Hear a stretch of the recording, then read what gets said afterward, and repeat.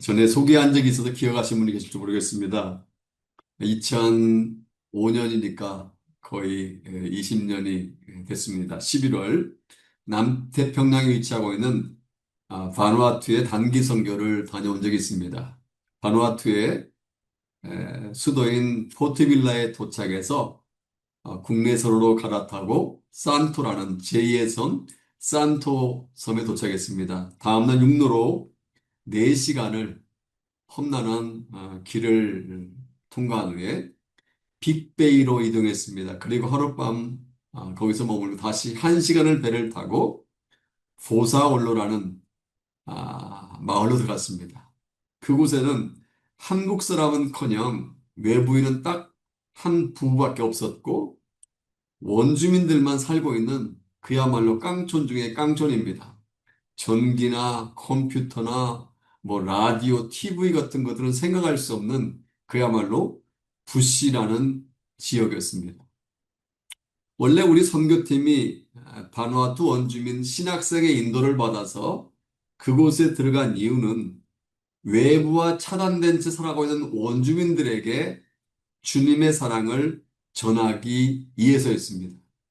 우리 팀은 준비해간 약품으로 원주민들의 상처 등을 치료해 주는 계획을 가지고 있었고, 어린이 사역팀은 어린이를 대상으로 교육을 하는 계획, 축구 사역팀은 가가호 방문해서 복음을 전하려는 계획을 가지고 있었습니다. 마을에 도착하러 사역을 시작하기 전에 기도를 하기에 12명의 팀원들이 빙 둘러서서 이제 기도를 하려고 하는데 갑자기 제 눈에 한 20m쯤 떨어져서 우리 일행을 우두커니 바라보고 있는 젊은 백인 커플이 보였습니다. 알고 보니 브랜든이라는 이름의 남자 간호사와 아내인 비키라는 여성이었습니다. 그들은 의료 선교를 위해서 멀리 미국에서 온 젊은 부부였습니다. 우리는 알지 못하고 갔는데 그분들이 그곳에서 살고 있었던 것입니다. 그런데 성령께서 갑자기 그들을 위해서, 부부를 위해서 기도해 주라는 마음을 제게 주셨습니다. 그래서 제가 정중하게 저희 팀원들이 기도해 줘도 되겠습니까? 라고 물었더니, 오케이, yes, please. 그래서 그 부부를 팀원 중앙으로 부른 후에 영어로 기도하다가 한국말로 기도하다가 나중에는 방언으로 기도해 줬습니다. 한 10여 분 이상 모든 12명의 팀원들이 최선을 다해서 기도를 해주고 마치고 눈을 떠서 보니까 놀랍게도 그 젊은 두 부부의 눈에서 눈물이 줄줄줄줄줄 흘러내리고 있었습니다. 원래 그냥 심플하게 기도해주는 시간이었다고 생각했는데 그분들이 눈물을 그냥 찔끔이 아니라 줄줄줄줄 흘러내리고 있었습니다. 아마도 추측컨대 원시적인 삶을 살고 있는 원주민들과 같이 있으면서 그동안 그 부부가 많이 힘들었던 것 같았습니다. 그 마을이 다른 마을에서 10여일의 모든 사역을 마치고 뉴질랜드로 돌아온 후에 3주쯤 되었을 때 간호사인 브랜든 형제로부터 이메일이 도착했습니다. 소개하겠습니다. 조 목사님께 목사님이 바누아투 단기 선교 기간 동안 오사올로 바를 방문해 주신 것에 대해 많은 감사를 드립니다. 물론 영어로 되어 있는 걸 제가 번역해 놓은 것입니다. 여러분들의 사역이 모든 마을 주민들에게 놀랄만한 격려가 되었습니다. 특별히 저와 저의 아내 비키에게는 새로운 마음을 품게 했던 축복된 시간이었습니다. 영적 전쟁터에 있는 우리 두 사람에게 그동안 주님의 새로운 격려와 위로가 필요했었습니다. 그동안 저희 부부에게는 주님의 새로운 격려와 위로가 필요했었습니다. 나중에 비키는 조 목사님과 미션팀이 우리를 기도해 줄 때 자신의 영어에 보면 버든이라고 했습니다. 자신의 무거운 짐이 가벼워지는 것을 느꼈다고 리포트했습니다. 말했습니다. 보고했습니다. 물론 저 역시 그러한 느낌이 들었습니다. 주님의 인도에 따라 우리 마을을 방문해 주신 것에 대해 다시 한번 감사를 드립니다. 주님의 축복이 있기를 기도합니다. 전 미국 선교사인 그 브랜든 부부에 대해서 사실 잘 알지 못하고 그곳에 갔던 것입니다. 살고 있는지 없는지, 백인이 있는지 없는지, 의사인지 간호사인지 알지도 못하고 만났는데 원주민들은 그 부부를 향해서 닥터라고 불렀고 직접 대화를 하다 보니까 닥터는 아니고 널스였다는 걸 알게 되었고 또한 클린에서 기도하고 돌아온 후에 받은 이메일을 통해서 깨달은 게 있었습니다. 위로의 중요성입니다. 사실 미국에서 편한 삶을 살고 있는 사람이 억만금을 준다고 해도 남태평양을 건너서 바누아투라는 깡촌 중에 깡촌 나라로 들어가기는 쉽지 않습니다. 명품 차와 함께 호화스러운 가가 준비된 고급 아파트를 준다고 할지라도 엄청난 연봉을 준다고 해도 바누아투 그것도 오사올로라는 깡촌에 들어가기는 쉽지 않습니다. 하지만 두 사람은 미국에서 의료 선교사로 반우까지 올 때 이미 각오와 결단을 했던 부부였습니다. 그런데 남태평양에 있는 영혼들을 구하겠다는 결단하고 선교사대가 그곳에 들어왔지만 그럼에도 불구하고 그들은 하루하루 많이 힘들었던 것 같습니다. 생활 습관 다르고 말도 통하지 않는 원주민들 사이에서 그것도 여러 가지 환경에서 하루하루 외롭게 버텼던 것 같습니다. 그러다 우리 선교팀이 가서 기도해 주었더니 성령께서 그들의 영혼과 심령을 만져 주시고 위로해 주신 것입니다. 근데 여러분, 주위를 가만히 살펴보면 브랜든 선교사 부부뿐만 아니라 많은 사람들이 힘들어가고 있다는 사실을 발견할 수 있습니다. 어쩌면 지금 우리가 살아가고 있는 이 시대가 바로 격려 고픈 사람들과 위로 고픈 사람들이 홍수를 이루는 시대라고도 할 수 있습니다. 특별히 불황이 장기화되자 수많은 사람들이 어려움을 겪고 있지 않습니까? 제가 인터넷에서 한번 찾아봤습니다. 2022년 기준으로 개인 회생 절차를 밟은 건수가 9만여 건이었는데 2023년에는 12만여 건으로 대폭 증가되었습니다. 작년 2024년에는 3만여 건으로 늘어났고 올해인 2025년 6월 말까지 이미 7만 2천 건으로 증가했는데 이런 추세라고 한다면 12월 말에는 14만 4,384건으로 증가할 것이라고 예상합니다. 개인 회생 절차를 신청하면 어떻게 됩니까? 크레딧이 신용이 떨어져서 돈도 빌릴 수 없고 은행 거래조차도 할 수 없는 상황임에도 불구하고 그런 절차를 밟는 것 얼마나 힘들어서 그러겠습니까? 20대 태반이 백수라는 의미의 이태백이라는 말이 유행한 것은 이미 오래전 일입니다. 경계가 침체되면서 사업이 힘들어지면서 카드빚 등으로 자살하는 사람들이 급증하고 있습니다. 사회가 불안하고 경제적인 불황이 끝이 보이지 않자 로또가 사회를 휩쓸면서 한탕주의가 선량한 국민들의 마음을 힘들게 하고 있습니다. 부자는 더 풍족하게 된 반면에 가난한 사람도 부족하게 되자 계층 간의 갈등도 심화되고 있습니다. 어떤 기록적인 폭염, 우리 앞서 우리 집사님이 기도하신 것처럼 기록적인 폭염, 하늘이 뚫린 것 같이 퍼부어대는 장마, 지진, 해일, 여러 가지 자연재해로 말미암아 사람들이 고통을 당하고 있습니다.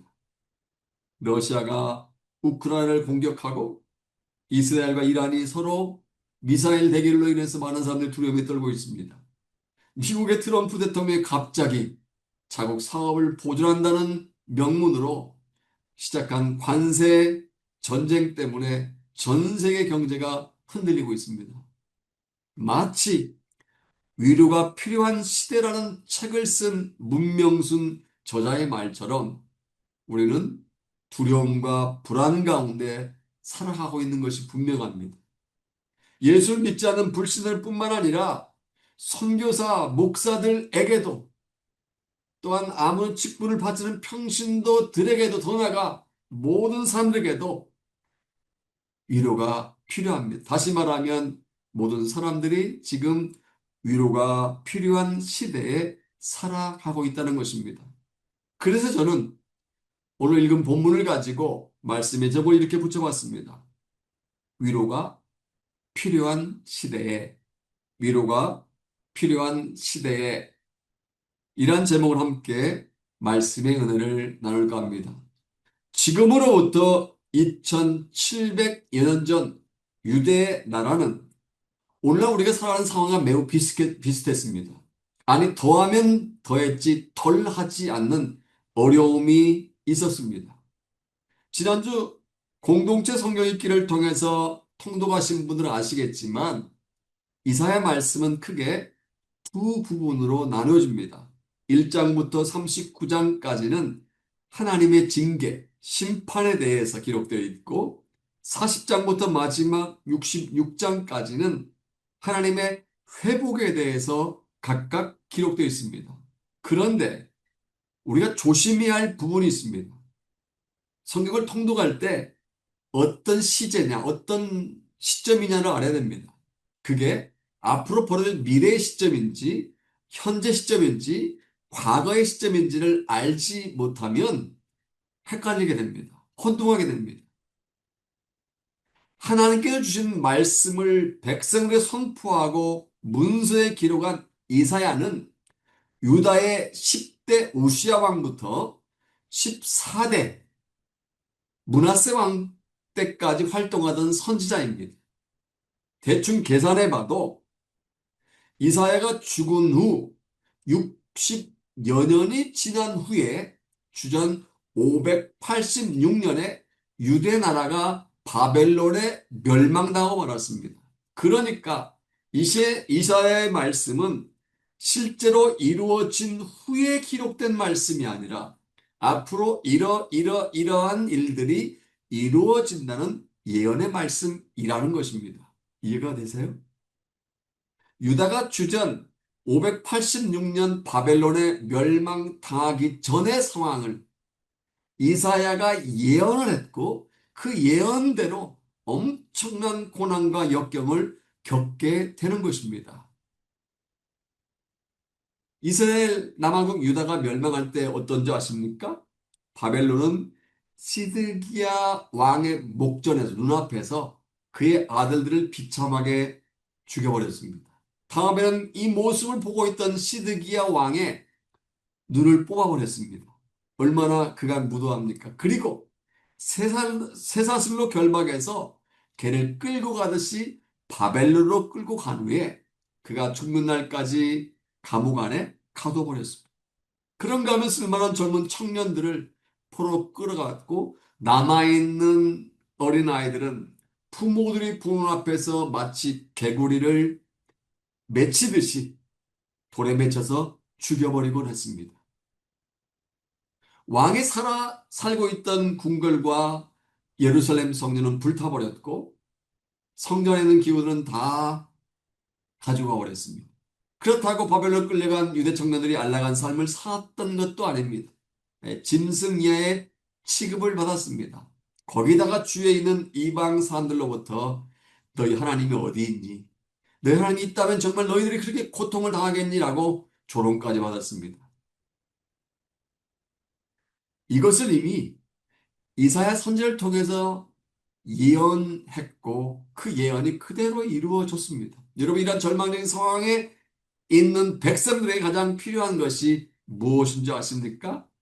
나라는 망해버리고 가족은 뿔뿔이 흩어지고 주위 사람들로부터 손가락질당하고 조롱당하고 거기다가 오는 소망도 없는 상황에서 무엇이 가장 필요할까요? 본문 1절에 보면 그 질문에 대한 답을 발견할 수 있습니다. 다 같이 1절을 읽어볼까요? 다 같이 1절 말씀 읽겠습니다. 너희 하나님이 이르시되 너희는 위로하라. 내 백성을 위로하라. 하나님께서 무엇을 하라고 말씀했습니까? 위로하라고. 내 백성, 즉 하나님의 백성을 위로하라고 말씀하셨다는 것입니다. 절망적인 상황에 이제 곧 멸망당한 비참한 상황에 처하게 될 사람들을 격려하라는 것입니다. 조롱당하고 아무런 소망도 없이 근근히 목숨만 부지한 채 언제 망할지, 언제 풀로 끌려갈지, 어떻게 될지 모르는 상황과 알고 있는 사람들을 위로하라는 것입니다. 그런데 다음 절인 2절 상반절에 보면 마음에 닿도록 말하며 외치라고 하십니다. 여기 마음에 닿도록이라는 부분을 제가 공동 번역 성경을 찾아보니까 이렇게 되어 있습니다.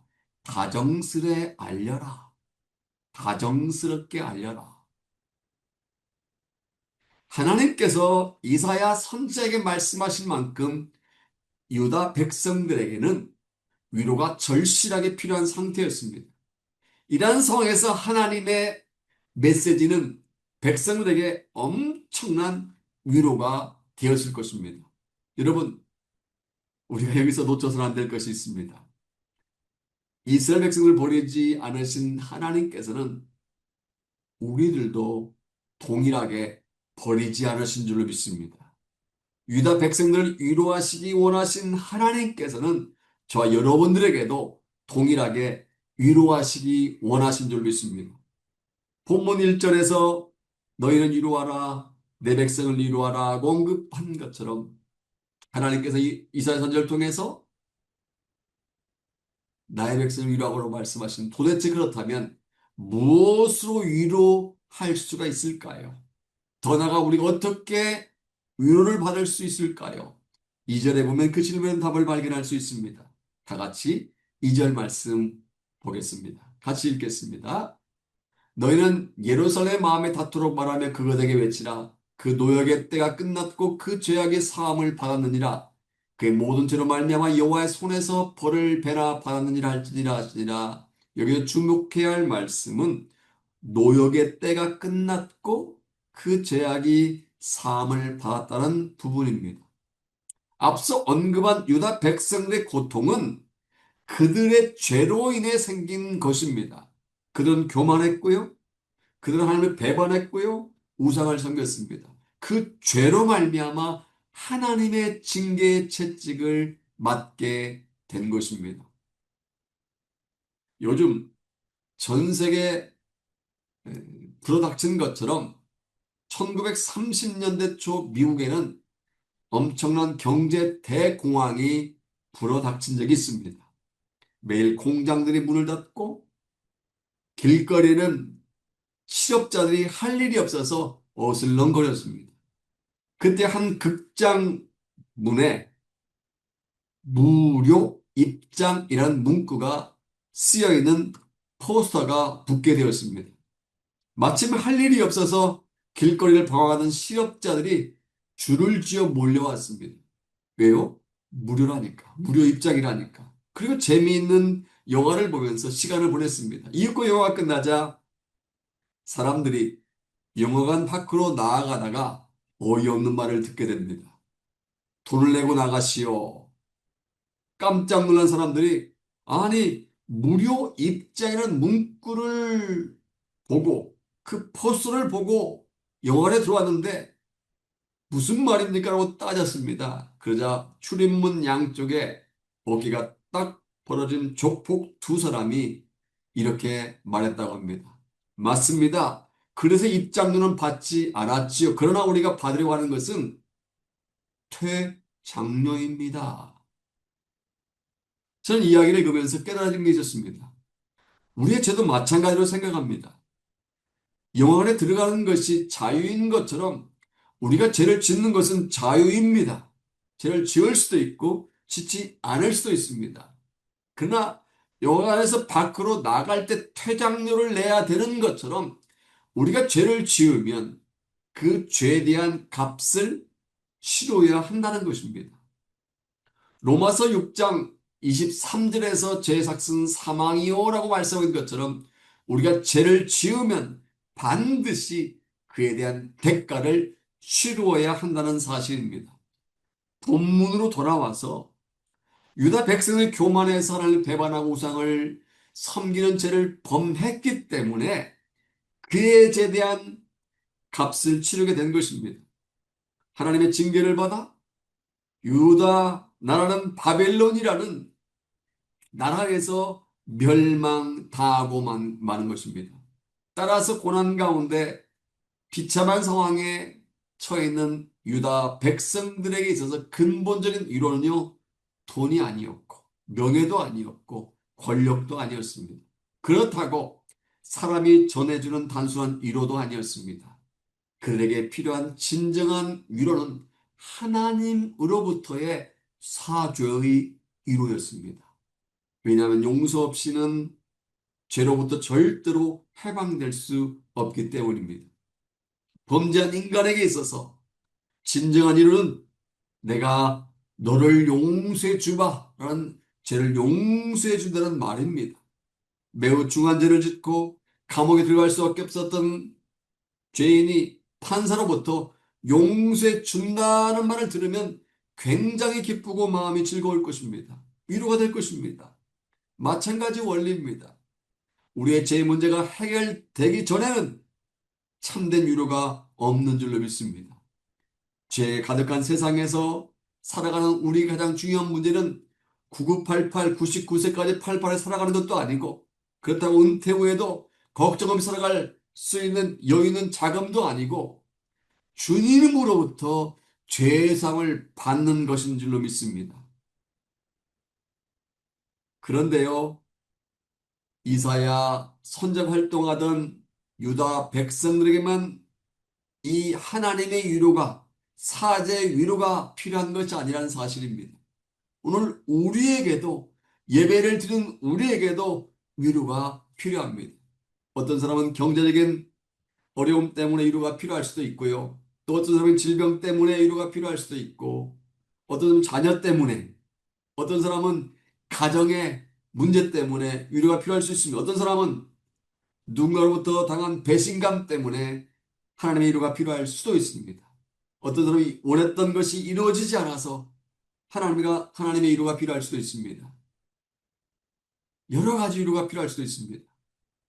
이 세상에 있는 사람들 중에 하나님의 위로가 필요하지 않는 사람은 단 한 사람도 없습니다. 우리는 모두가 다 하나님의 위로가 필요한 사람들입니다. 사람들이 어려움을 만날 때 크게 세 가지 반응을 보입니다. 첫째로 포기형의 사람들이 있습니다. 이형의 사람들은 내 힘으로 어떻게 할 수 없다고 생각하면 주저앉아 버립니다. 에이, 될 대로 되라. 나도 몰라. 둘째로 의타형의 사람이 있습니다. 이 사람은 이 사람 찾아보고 저 사람 찾아다니고 도움을 손을 내밉니다. 좀 나 좀 도와주세요. 이번만 도와주세요. 얼마만 좀 송금해 주세요. 이게 의타형 사람입니다. 셋째로 시도형 사람들이 있습니다. 문제를 해결해 보려고 별의별 방법을 다 동원하여 이것저것 시도합니다. 포기형이나 의타형보다는 낫겠지요. 하지만 시도형도 한계가 있습니다.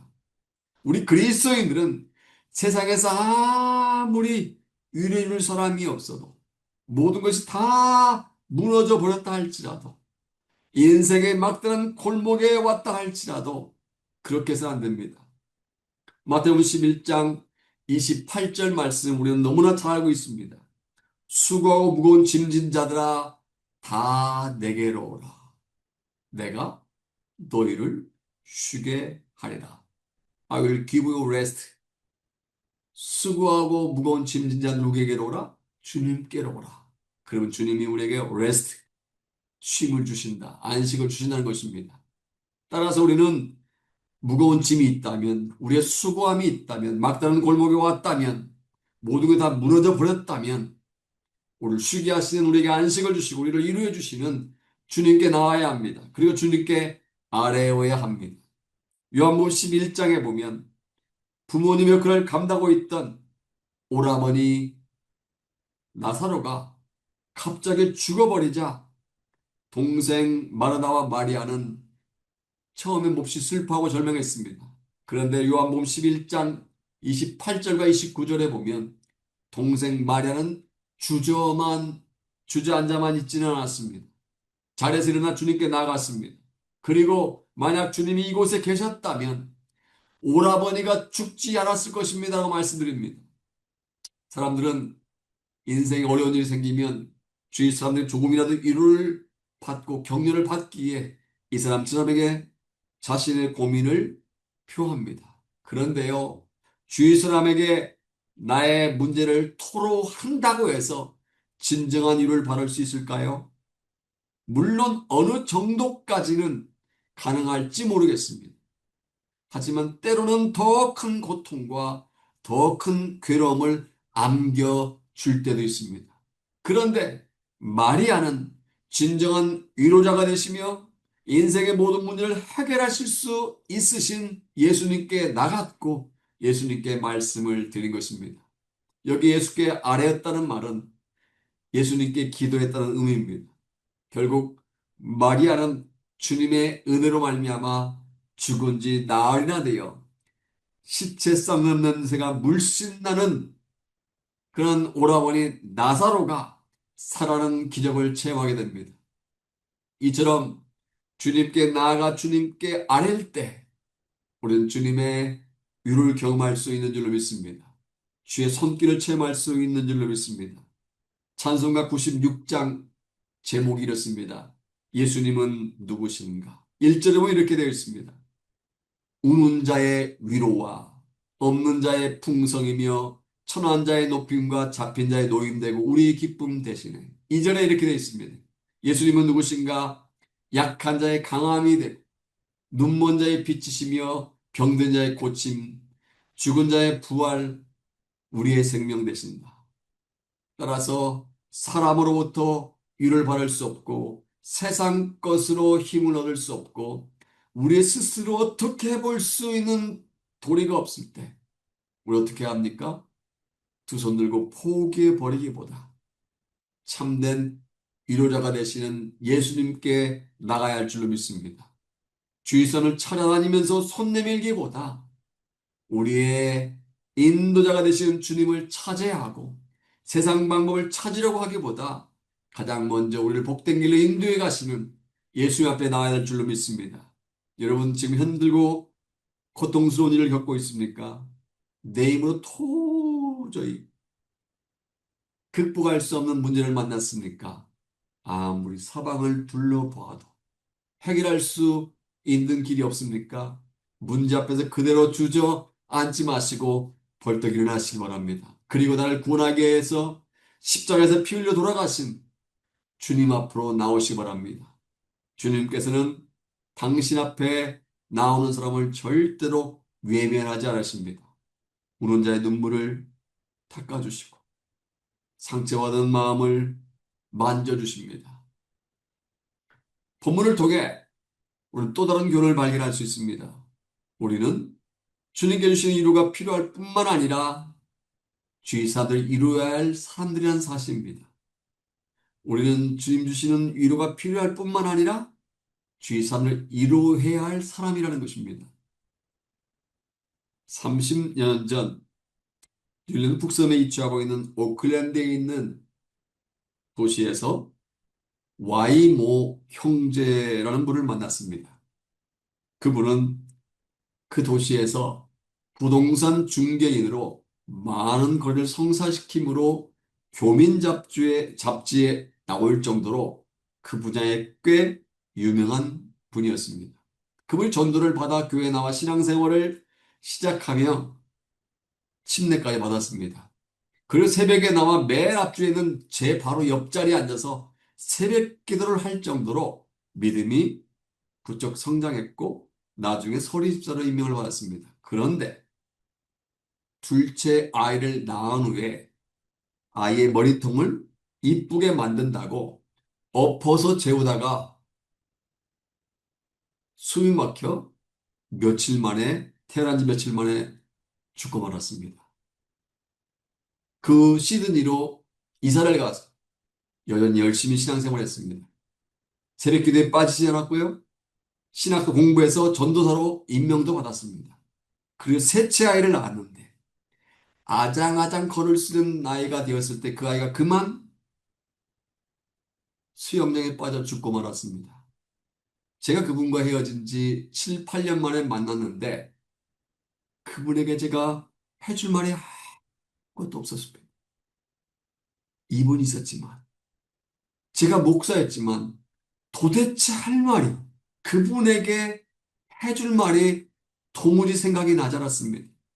저 오랜 연을 가지고 있고 평신도부터 같이 섬겼고 또한 총회에서 목사와 전도사로서 만났는데도 불구하고 어떠한 말도 생각이 나지 않았습니다. 제가 목회를 하면서 가장 힘들고 어려운 것이 있다면 갑자기 예상치 못한 문제를 당한 성도들 위로하는 일이었습니다.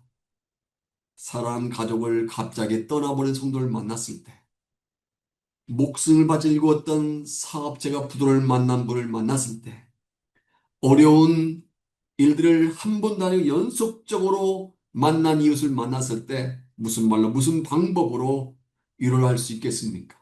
왜냐하면 잘못 위로했다가는 오히려 큰 어려움을 끼칠 수 있기 때문입니다.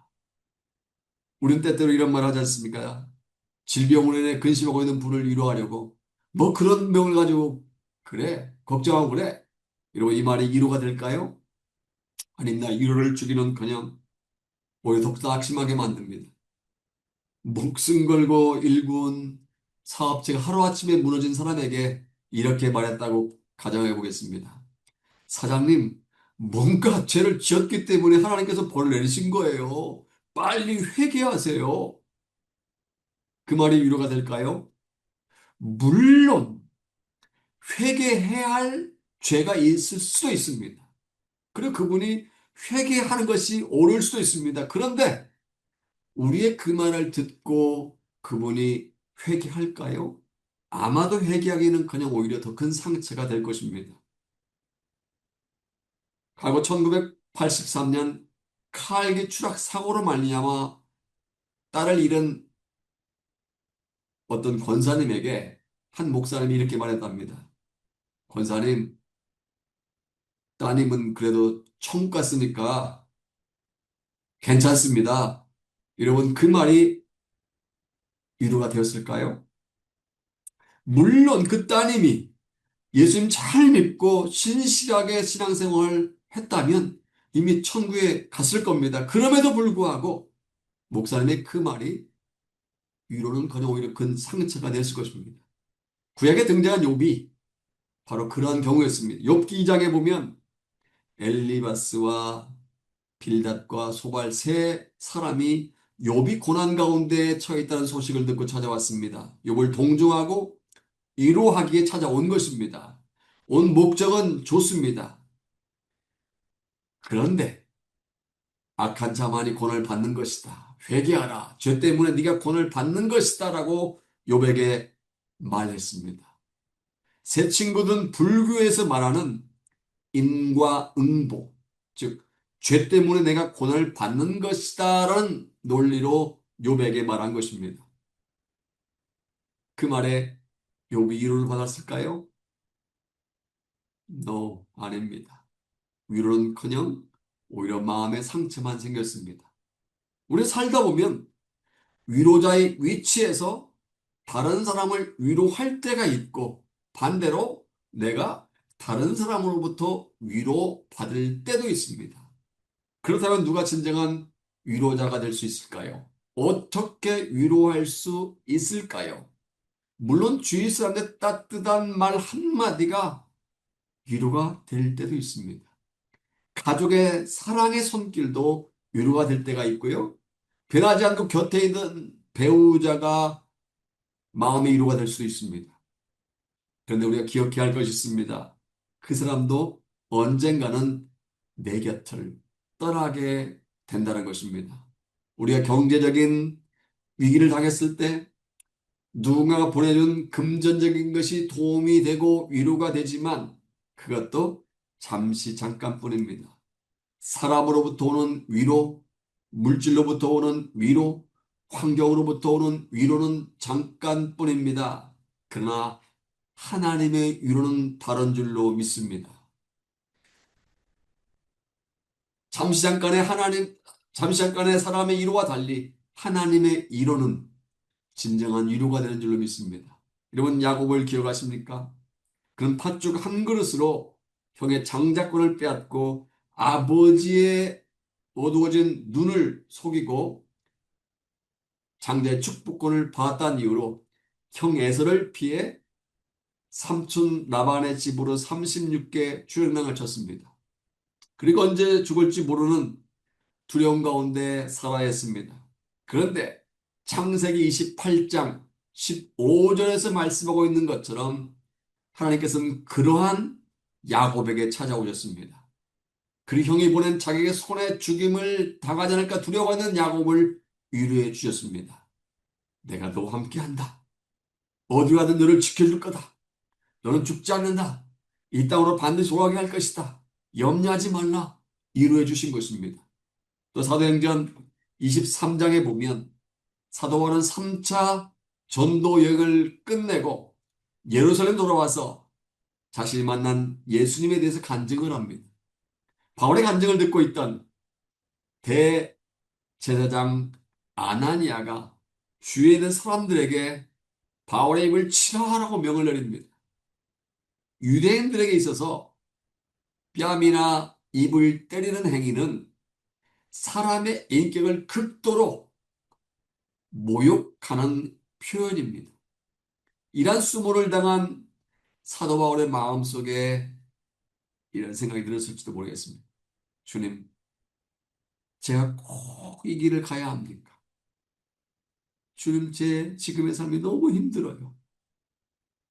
주님, 이러다 죽는 거 아닙니까? 주님, 솔직히 두려워요. 솔직히 힘들어요.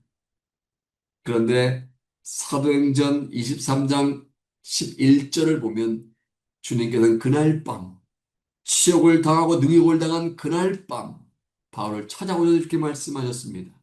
담대하라. 내가 예루살렘에서 나의 일을 증언한 것 같이 로마에서도 증언하여 하리라. 무슨 말입니까? 너는 죽지 않는다는 것입니다. 바울아, 너는 죽지 않는다. 걱정하지 말라. 내가 너를 지켜줄 것이다. 로마로 가게 될 것이다. 로마에 가서도 당당하게 간증하고 복음을 전하게 될 것이라고 말씀하신 것입니다. 하나님께서는 당신을 위해 고통 당하고 있는 사도 바울, 사람들에게 뺨을 맞은 후에 극심한 수모를 당한 사도 바울 찾아오셔서 그 마음에 위로하고 격려해 주신 것입니다. 이처럼 우리 하나님은요, 당신의 백성들을 위로해 주시는 분이십니다. 마태복음 28장 20절에서 말씀한 것처럼 언젠가는 떠나는 변덕쟁이 사람들과 달리 주님은 항상 우리와 임마누엘로 함께 하신 줄로 믿습니다. 시편 48편 14절에서 말씀하고 있는 것처럼 불완전한 사람의 인도와 달리 하나님께서 우리가 죽을 때까지 우리를 인도해 주시는 줄로 믿습니다. 따라서 위로가 필요한 사람들에게 나의 언변으로 하지 말고 영원히 변치 않는 주님의 말씀으로 위로하시기를 바랍니다. 고민하며 좌절하고 있는 영혼들에게 나의 지식으로 위로해 주지 말고 능력 있는 주님의 이름으로 기도함으로 말미암아 위로의 능력을 경험하시기를 바랍니다. 사랑하는 하모니가 여러분, 이제 잘 아는 한 사람을 소개하고 말씀을 맺을까 합니다. 가수 윤복희 권사님의 이야기입니다. 어린 윤복희와 오빠 윤환기는 함께 고아로 자랐습니다. 오빠 윤환기 나이 10살 때 부모님이 돌아가셔서 고아원에서 자란 것입니다. 어려서부터 고생을 참 많이 했다고 합니다. 자기에게 여동생이 그렇게 소중한 존재였다고 합니다. 그런데 그런 소중한 존재인 동생 윤복희가 두 번 모두 가수와 결혼했다가 두 번 모두 이혼하고 말았습니다. 동생 윤복희가 결혼에 실패하고 집에 와서 울면서 무려 20일 넘게 금식하고 있을 때 오빠 윤환기는 동생이 죽거나 잘못될까 봐 너무 걱정이 되었다고 합니다. 걱정 끝에 하나님 앞에 울면서 기도하고 그렇게 기도하다가 잠이 들었는데 꿈속에서 하나님이 이런 말씀을 들려주셨다고 합니다. 내가 괴로울 때 위로했고 외로울 때 친구가 되어 주었다. 어두운 길, 험한 길 갈 때 등불이 되었다. 두려워 말라. 내가 너와 함께함이니라. 놀라지 말라. 나는 네 하나님이 됨이니라. 내가 너를 굳세게 하리라. 참으로 너를 도와주리라. 참으로 나의 의로운 오른손으로 너를 붙들리라. 이사야 41장 10절 말씀이었습니다. 그래서 그 말씀 붙들고 기도하면서 동생을 위로할 수 있도록 곡을 만들었습니다. 그 곡의 제목이 여러분이라는 곡입니다. 그리고 1979년 제1회 서울국제가요제 한국 대표로 나가서 이 곡을 가지고 대상을 그랑프리를 받게 된 것입니다. 1절 가사는 이렇게 되어 있습니다. 네가 만약 괴로울 때면 내가 위로해 줄게. 네가 만약 서러울 때면 내가 눈물이 되리. 어두운 길, 험한 길을 걸을 때 내가 너의 등불이 되리. 허전하고 쓸쓸할 때 내가 너의 벗되리라. 나는 너의 영원한 형제요. 나는 너의 친구요. 나는 너의 영원한 노래요. 나는 너의 기쁨이며. 또 2절은 이렇게 되어 있습니다. 네가 만약 외로울 때면 내가 친구가 될게. 네가 만약 힘들 때면 내가 웃음이 되리. 어두운 밤 험한 길을 걸을 때 내가 등불이 되리. 허전하고 쓸쓸할 때 내가 너의 벗되리라. 나는 너의 영원한 형제요. 나는 너의 친구요. 나는 너의 영원한 노래요. 나는 너의 기쁨이요. 그렇습니다. 두려워 말라. 내가 너와 함께함이니라. 놀라지 말라. 나는 네 하나님이 됨이니라는 말씀처럼 우리가 외롭고 힘들 때 하나님께 우리와 함께하여 주신 줄로 믿습니다. 그리고 내가 너를 굳세게 하리라. 참으로 너를 도와주리라. 참으로 나의 의로운 오른손으로 붙들리라는 말씀처럼 하나님께서는 우리를 붙들어 주시고 우리를 위로해 주시는 줄로 믿습니다. 오늘 하나님의 위로의 영이 임함으로 여러분의 가정과 삶 속에 하나님의 위로가 충만하시기를 주님의 이름으로 축복합니다. 더 나아가 위로가 필요한 주위 사람들을 주의 말씀으로 위로하고 또한 주의 능력 있는 구원의 이름, 위로의 이름 되시는 주님의 이름으로 기도해주는 위로의 사람들이 되시기를 주님의 이름으로 축복합니다.